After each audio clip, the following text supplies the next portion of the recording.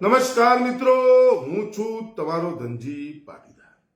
મિત્રો, આજે તો પ્રધાનમંત્રીજી પાસે તો વિટમણાઓ ઘણી છે.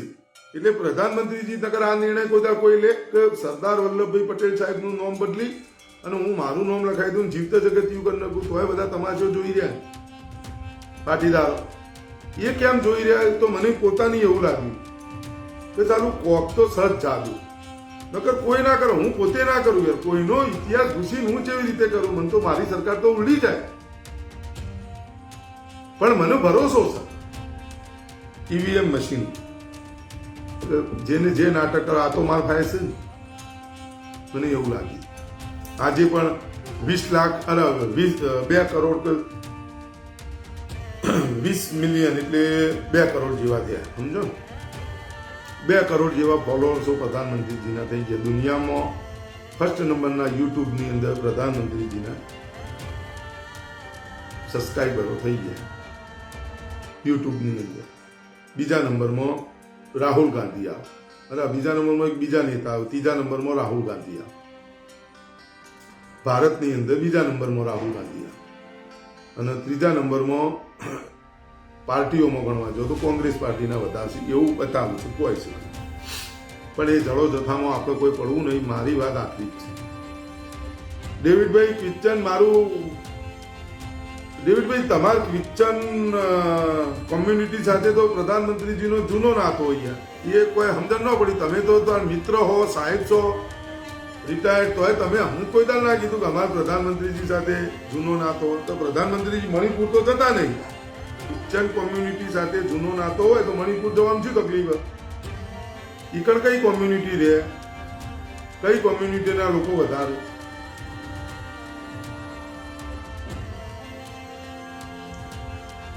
ના, પણ આ વસ્તુ હું જે બોલ્યો ને મિત્રો, એ તમે સમજો મારી વાતને કે એટલા નિર્ણયો અડધું હું જેટલું બોલું એ બધું તમે જાણો કે એટલી એવી નિર્ણયો લઈ લીધા. તમે જુઓ 2014 થી અત્યાર સુધી કેટલા એવા નિર્ણયો લઈ લીધા.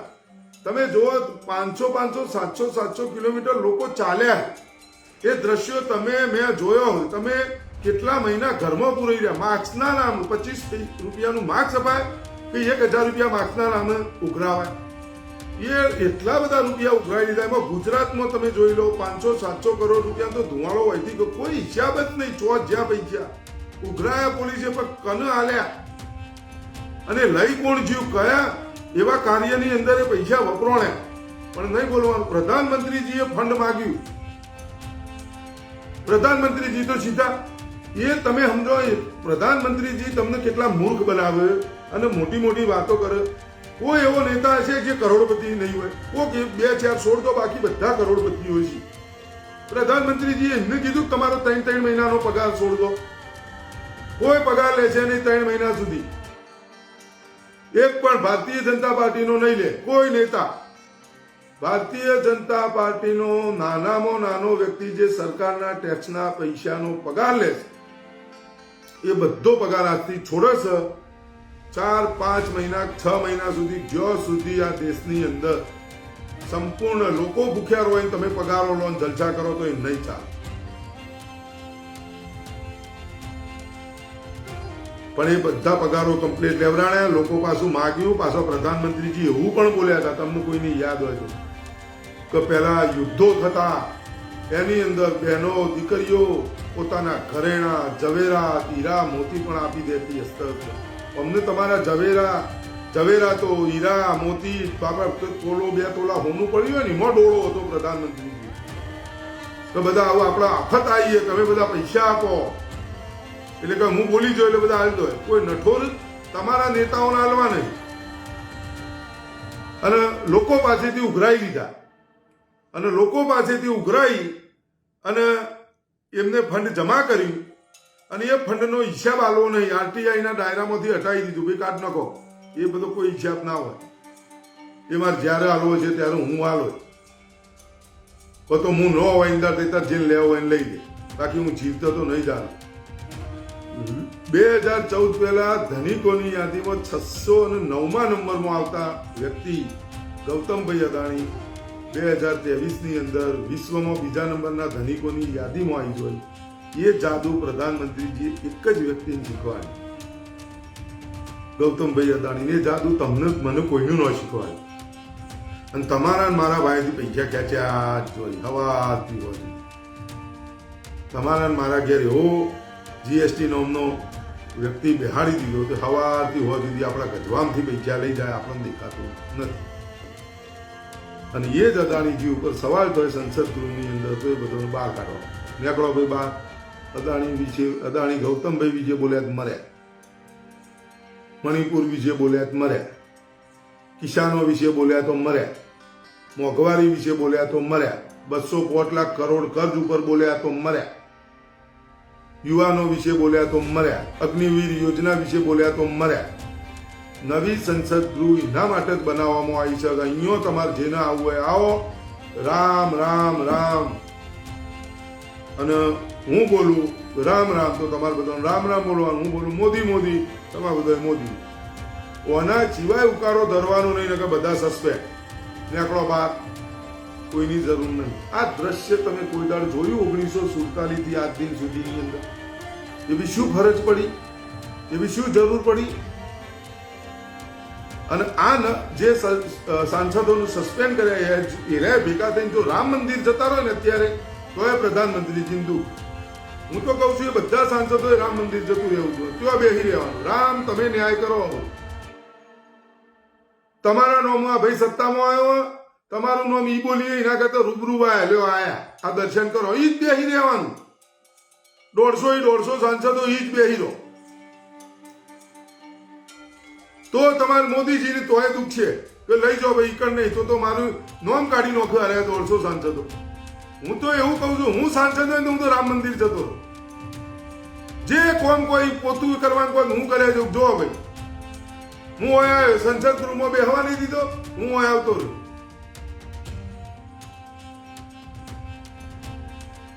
આ શું ચાલી રહ્યું? અને આવા નિર્ણય ગજબના નિર્ણય પ્રધાનમંત્રીજીનો પછી રે પાછા ઉપરાષ્ટ્રપતિજી એવું કહે છે જગદીપ ધનખડજી કે તમે મારું નવરા સાંસદો મિમિક્રી જ કરે. કણ શું કરે? નવરા સાંસદો મિમિક્રી સિવાય શું કરે? તમે એવું કરો જ છો. તમે માયબાપ બનાવી દીધા. પ્રભુ તમે છો, તારણહાર તમે છો. અરે ધનખડ સાહેબ તમે શેના માટે આ બધી કરો? વાવાયું શું કામ કરો છો? શું સૈન્યના પાસે એવું પ્રધાનમંત્રીજી પાસે? પ્રધાનમંત્રીજી પોતે 40 વર્ષ ભીખ માંગે, 13 વર્ષ ગુજરાતના જનતાના ટેક્સના પૈસે તાગડધી નાખે, 9.5 વર્ષથી દેશની જનતાના ટેક્સના પૈસેથી મેકઅપ થી લઈને 8400 કરોડ રૂપિયાના વિમાન સુધી બધું જનતાના ટેક્સના પૈસે. આલિશાન મકાન પણ આવી ગયું. ગૃહ, સંસદ ગૃહ એ બધું પ્રધાનમંત્રીજી જનતાના ટેક્સના પૈસા ઉપર નિર્ભર. પોતાનો પ્રચારે આવી ગયો, ફોટાએ આવી ગયા, ભાષણો આવી ગયા, મનની વાતે આવી જઈ, વિદેશ પ્રવાસો આવી ગયા, કપડા આવી ગયા, બોલપેન, ચશ્મા, બૂટ, પોલીસ, મોજા, મેકઅપ, 8400 કરોડનું વિમાન, ગાડીઓ બધું આવી ગયું. આ બધું જનતાના ટેક્સના પૈસે. અને જનતાના ટેક્સના પૈસેથી નિર્ભર ભીખ પણ 40 વર્ષ માગી એ જનતાએ આપી.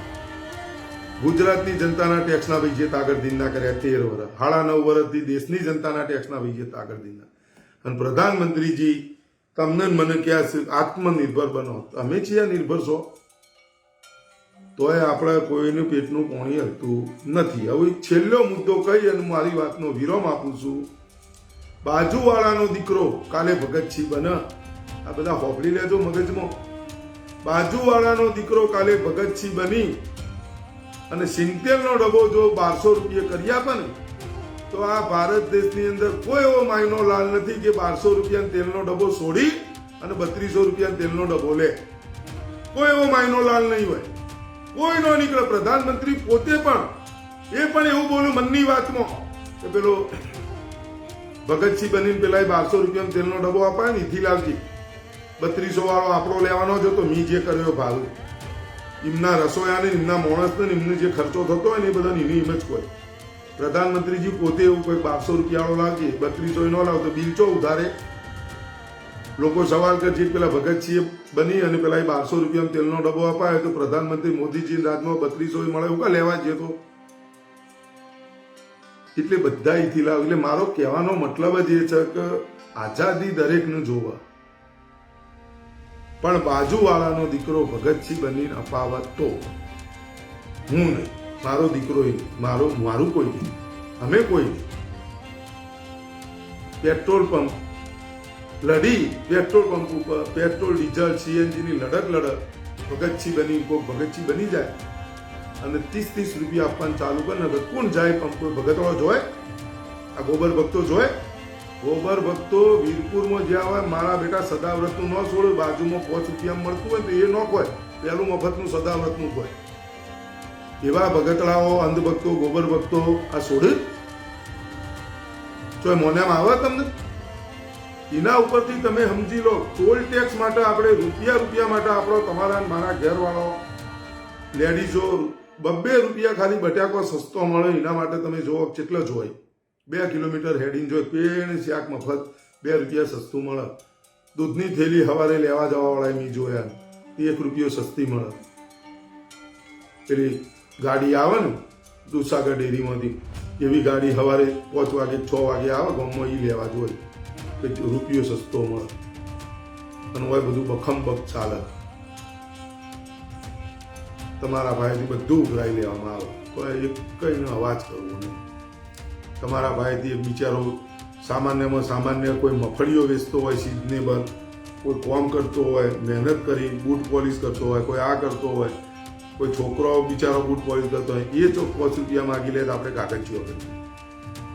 અને પ્રધાનમંત્રીજી તમારા પાસેથી બધું લઈ જોઈએ, રામના નામ, પાકિસ્તાનના નામ, ભારતના મુસ્લિમોના નામ, નફરત ફેલાવે, બીજું કશું જ નહીં, કોઈ મુદ્દાની વાત જ નહીં. તમે આજ દિન સુધીની અંદર હોબળ્યું કોઈ દાડો શિક્ષણ માટે, આરોગ્ય માટે, પછી બેરોજગારી માટે, કિસાનો માટે કોઈ RSS લડવા માટે નીકળ્યું, કોઈ આંદોલન કર્યું, બધી હોબળી? વિશ્વ હિન્દુ પરિષદ કોઈ દાડ બહાર નીકળી હોબળી તમે? બજરંગ દળ કોઈ દાડ આવી જોયું તમે? કોઈ દાડ જોયું? તો બેરોજગારી માટેનું આંદોલન બજરંગ દળે કર્યું, વિશ્વ હિન્દુ પરિષદે કર્યું, RSS એ કર્યું. જોયું તમે કોઈ દાડ? આરોગ્ય માટે ભાઈ, આરોગ્યની અંદર જે અત્યારે બેફામ લૂંટ ચલાવવામાં આવી નહીં ચાલે. 1.5 રૂપિયાની ગોળી 15 રૂપિયા લેવામાં આવી છે. પ્રધાનમંત્રીજી ને દેખાતું નહીં, 1.5 રૂપિયાની ગોળીના ચોક 2 રૂપિયા કરો. મેક્સિમમ રિટેલ પ્રાઇસ કે જે લખતા હોય મેક્સિમમ પ્રાઇસ એ લેબર 20 રૂપિયાની પાણીની બોટલ, અને એને ઇન્સ્યોરન્સ અરે ભાઈ શું લખ્યું ટોટલ 20 રૂપિયા ટેક્સ, તો 20 રૂપિયા બોટલ. કેમ કેવી રીતના તમે મારી શકો પીકડી? તને તમને અધિકાર આપ્યો. 1.5 રૂપિયાની ગોળી ઉપર તમે 20 રૂપિયાની કિંમત, 15 રૂપિયાની કિંમત કેવી રીતના લખી શકો? ગ્લુકોઝનું બાટલું, એ બાટલો તમે એક ઉતારો એટલે તમારે 600-700 રૂપિયા ગામડામાં પડે, અમારે 500-600 રૂપિયામાં પડે. હવે બાટલાની કિંમત શું? તો મારા ઘણા અમારા મિત્રો ભાઈબંધો એક હોય મને આવીને બોલી નહીં શકતા. તો શું પ્રધાનમંત્રીજી દેશના રાજા છે અને આટલી બધી ચિંતાઓ છે, એમને ખબર નહીં હોય કે આ લૂંટ ચાલી રહી છે? શિક્ષણના અંદર ઈચ્છા થાય એવું તમે વર્તન કરો, લૂંટ લાવો ભરાવો, પણ કોઈ આંદોલન કરી? આ બધી ભારતીય જનતા પાર્ટીની RSS ની પાંખો, વિશ્વ હિન્દુ પરિષદ, બજરંગ દળ, આ બધી એમની પાંખો RSS, અને RSS એટલે ભાજપ. કોઈ બોલ્યું? કોઈ ચૂં ચાંચ છે કશું હા?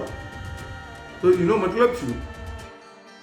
તો એનો મતલબ એવું છે કે એમના પાસે તમારે કોઈની જરૂર નથી. નિયમો અમારા, બધું અમારું. અમારે તો સીટો આવી જ હોય, તો લોકો મત આપે એવું તો સત નહીં કે લોકો મત આપી દો, મત આપીને જીતાડે એવું તો સત નહીં. તો કોક તો સન જે છે એમના પાસે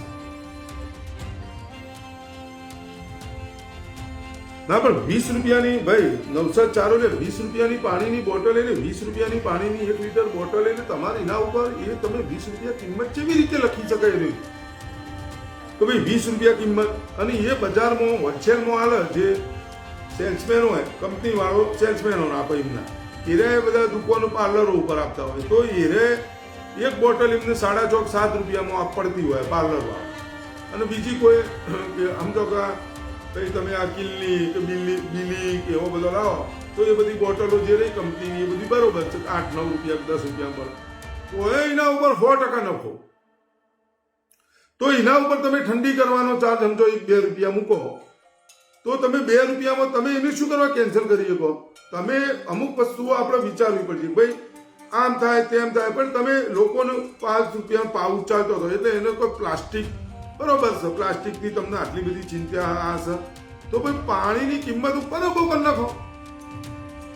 દરેક ગામમાં સરપંચને ફરજ પાડી દો, ગ્રામ પંચાયત તરફથી પરબો બનશે, પરબ માટેની કેન્દ્ર સરકાર એમને લોન આપે, તો લોન આપે તો એમને એ ફાળવો પૈસા.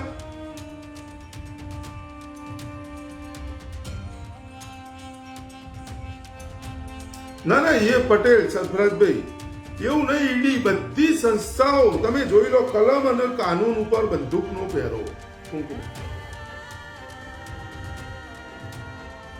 આખું તમે જોઈ લો. ચૂંટણી જે રહ્યું કે નિષ્પક્ષ ચૂંટણીઓ થવી જોઈએ ખરેખર. ચલો દેશની જનતા આજે અધ્ધર તમે જો લડી રહ્યા. 6 જાન્યુઆરી સુપ્રીમ કોર્ટના વકીલશ્રી દ્વારા એક લડત ચલાવવામાં 6 જાન્યુઆરીએ જંતર મંતર મેદાનની અંદર બધા ભેગા થઈ રહ્યા આ ઈવીએમ મશીનને લઈને. મેં કાલે જ એમનો વિડીયો જોયો તો વકીલશ્રીનું નામ ભૂલી ગયો હું, પણ એક લડત ચલાવવામાં આવી રહી. 6 જાન્યુઆરી એમને હાકલ કરી અને આ બંધારણ બચાવવું પડશે, આ દેશનું દેશ બચાવવું પડશે, આ દેશ રહેવો જોવે અને જાગવાની જરૂર છે. તમે હું સવાલો નથી કરતા, સમજો, ખૂબ સમજવાની જરૂર, નકર આ બધું પતી જશે અને પતી જશે અને એના અંદર તમારું એ નોમ લખાય છે અને એના ભાગીદાર તમે હું છીએ. બચાવવું તો પડશે,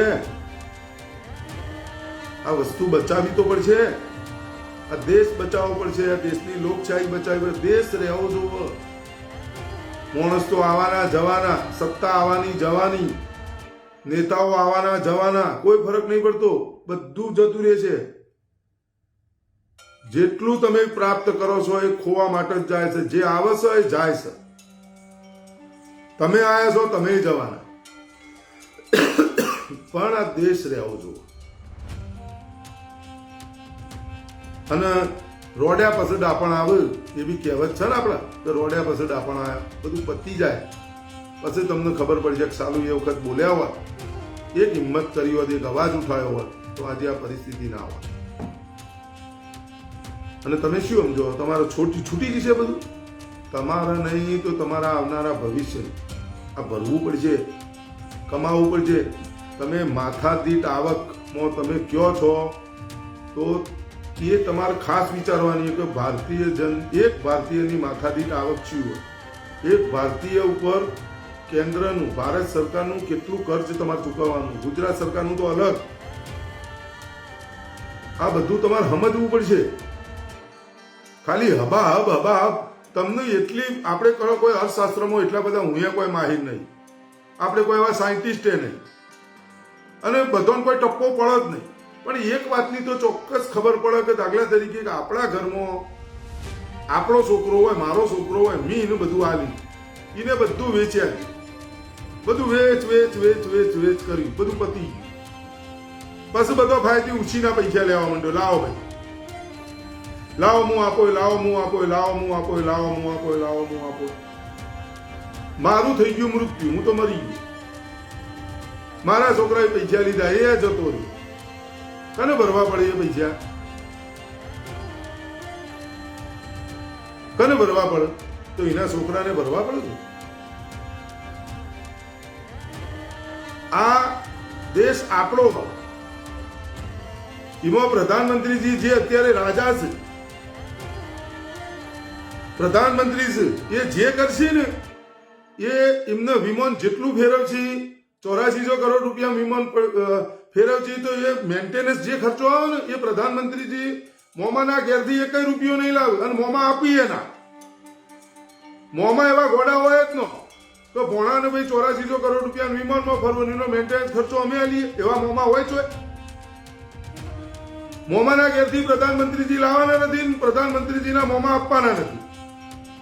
એ પૈસા તમારા મારા ટેક્સના પૈસા એમાં ચૂકવવાના. એ 8400 કરોડ રૂપિયાનું વિમાન ફરવાનું છોડ દો, 8400 કરોડનું વ્યાજે એક બાદ જવા દો, એ નહીં ગણવું. ખાલી એને હાચવાનો ખર્ચો કેટલો પડે કદી કલ્પના કરી? એ કેટલું ખાઈ જાય? પ્રધાનમંત્રીજીની વાહવાહી પાછળ, પ્રધાનમંત્રીજીની સભા હોય ને એ ખાલી પબ્લિકને લાવવાની પૈસા ચોથી. કયો નેતા એમના મોમાન ઘેરથી લાવે અને કયા નેતાના મોમાં એવા આપે? એક તો બતાવો મને. એ કન્યાના કેળિત ભારત. પણ આપણે કશું બોલતા નહીં. તમે ઘેર કશું ખાતા નથી. તમે તમારા છોકરાઓને બધાને સમજાવીને બેહાડો, ભાઈ નહીં આપણી પરિસ્થિતિ નહીં, રવા દે.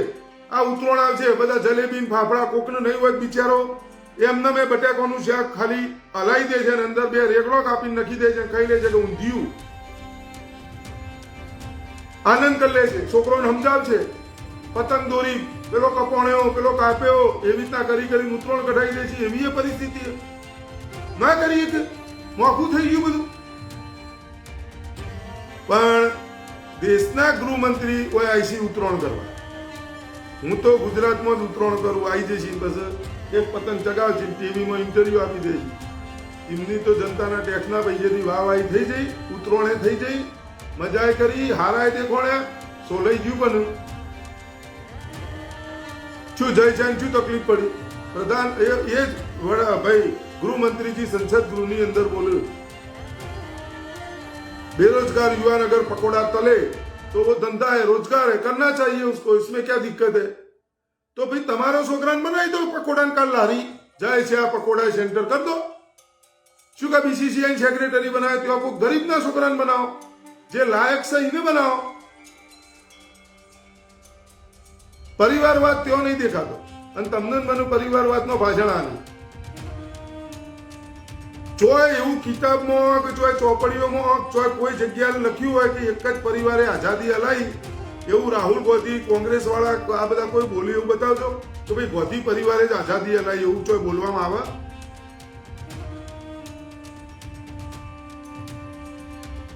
કોઈ જવાહરલાલ નહેરુ એકલો જ આઝાદી અપાઈ નહીં અને કોઈ બોલાય ના. શું કામ બોલો? આઝાદી કને અપાઈ? દેશની બધી જનતા જોડો.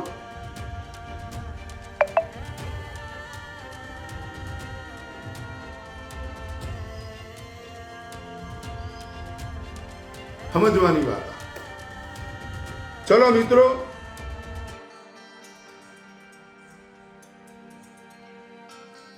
બધો ઉપર કબજો થઈ ગયો. એવું નહીં કે ઈવીએમ બધો ઉપર આટલા બધા આફ્ટર શોટ આવે, આટલા બધા નિર્ણયો લેવામાં આવે ને એ પણ રાજનીતિની કુશળતા નથી. આ જે નિર્ણયો લેવામાં આવે એ રાજનીતિની કુશળતાથી લેવામાં નથી આવતા. જો એ કુશળતાથી લેવામાં આવતા હોય તો એનું રિએક્શન તો પ્રધાનમંત્રીજી રાજનીતિમાં જે કુશળ હોય નિર્ણય લે ને તો એની રિએક્શન ખબર હોય કે આવું રિએક્શન આવશે. પણ એમને ખબર છે કે આ જેને જે ધમ પસાડા કરવા હોય કરે, કોઈ મગજ નહીં બગાડવા. એ આપણા પાસે જે છે ડરાઈશું, ધમકાઈશું, ઈડીની સીબીઆઈની ફલાણું ઢીકણું, છેલ્લે તો મશીન સચ નહીં માનો તો જીતી જઈશું, તોડીશું. એ જીતી જીતે તોડી રહીશું, મરોડી નોંધી. જનતા જનાર્દને આપેલો ફેસલો અને એના મત વિસ્તારના જીતાડેલા ધારાસભ્યો હોય એ ધારાસભ્યને ખરીદવાય અને લઈ જાઓ તમારી પાર્ટીમાં, એ જનતાનું શું અપમાન નહીં? હજી એ જવાના હે મિત્રો. આ છેલ્લું એક ટોપિક કહું, એક ભાઈ તમે કદી એને વિચાર્યો હોય વ્યક્તિ જઈ રહ્યો, મને આજે જ સમાચાર મળ્યા. આ પેલું લાઈવ બંધ થયું ને એટલે મહેમાન આવ્યા હતા, એ રહ્યા જ મહેમાન, એટલે પછી બેઠો એમની સાથે, એટલે આ પાન ખાધું ને એમને ખવડાવ્યું અને એ વખતે ચર્ચા નીકળી પાટીદાર આ જો એની જવા દોખતા આપણા જો કોઈ આપણા હગાવાલા તો મુઓ જાય તો